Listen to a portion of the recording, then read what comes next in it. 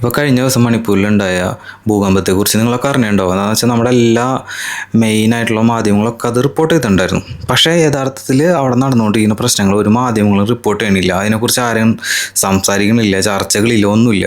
2023 start ചെയ്തിട്ടുള്ള കലാപം കുറച്ചാൾ അടങ്ങിയിരിക്കുകയായിരുന്നു. ഇപ്പോൾ വീണ്ടും 2 ആഴ്ചയ്ക്ക് മുമ്പ് ഈ പറയുന്ന കുക്കി വിഭാഗത്തിൽപ്പെട്ട ആൾക്കാർ, അത് ഒഫീഷ്യലായിട്ട് കൺഫേം ചെയ്തിട്ടില്ല, പക്ഷെ പറയുന്നത് കുക്കി വിഭാഗത്തിൽപ്പെട്ട ആൾക്കാർ ഒരു റോക്കറ്റ് ബോംബ് ഇടുകയും അത് വന്ന് വീണിട്ടുള്ള വീട്ടിൽ അവിടെ ഉണ്ടായിരുന്ന ഒരു 5 വയസ്സായിട്ടുള്ള ആൺകുട്ടിയും 6 മാസം മാത്രം പ്രായമുള്ള ഒരു പെൺകുട്ടിയും മരിക്കുകയും അവരൊപ്പം ഉണ്ടായിരുന്ന അമ്മയ്ക്ക് ഗുരുതരമായിട്ട് പരിക്ക് പറ്റുകയും ചെയ്തിട്ടുണ്ട്.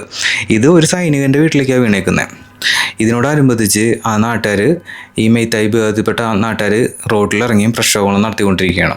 ഓൾറെഡി അവിടെ 5 ദിവസത്തിൻ്റെ ഈ ഹർത്താൽ പ്രഖ്യാപിച്ചിട്ടുണ്ട്. പക്ഷെ അതൊന്നും വകവയ്ക്കാണ്ട് രാത്രിയും പകലൊക്കെ പ്രകടനങ്ങളും പ്രക്ഷോഭങ്ങളും നടന്നുകൊണ്ടിരിക്കുകയാണ്.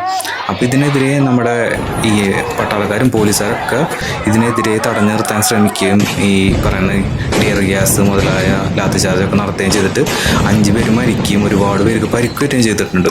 ഇതൊന്നും നമ്മുടെ ഒരു മാധ്യമങ്ങളും ചർച്ച ചെയ്യുന്നില്ല, ഇതിനെപ്പറ്റിയൊന്നും പറയുന്നില്ല. നമ്മുടെ പ്രധാനമന്ത്രി പോലും ഇതിലേക്ക് യാതൊരു ഇടപെടലോ അല്ലെങ്കിൽ ഇത് നിർത്താൻ വേണ്ടിയിട്ട് ഇവരെ ഈ പറയുന്ന പ്രശ്നങ്ങളും സമാധാനവും സന്തോഷം തിരിച്ചു കൊണ്ടുവരാൻ വേണ്ടിയിട്ട് ഒന്നും ചെയ്യണില്ല.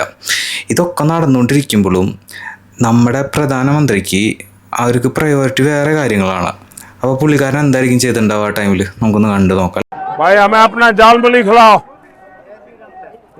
हाँ, कितने का होता है आपका जाल मूली? आप कितने का नहीं, अच्छे वाला कितने का होता है? 10-20 हाँ, जो भी है बना दो। हाँ, हम थोड़ी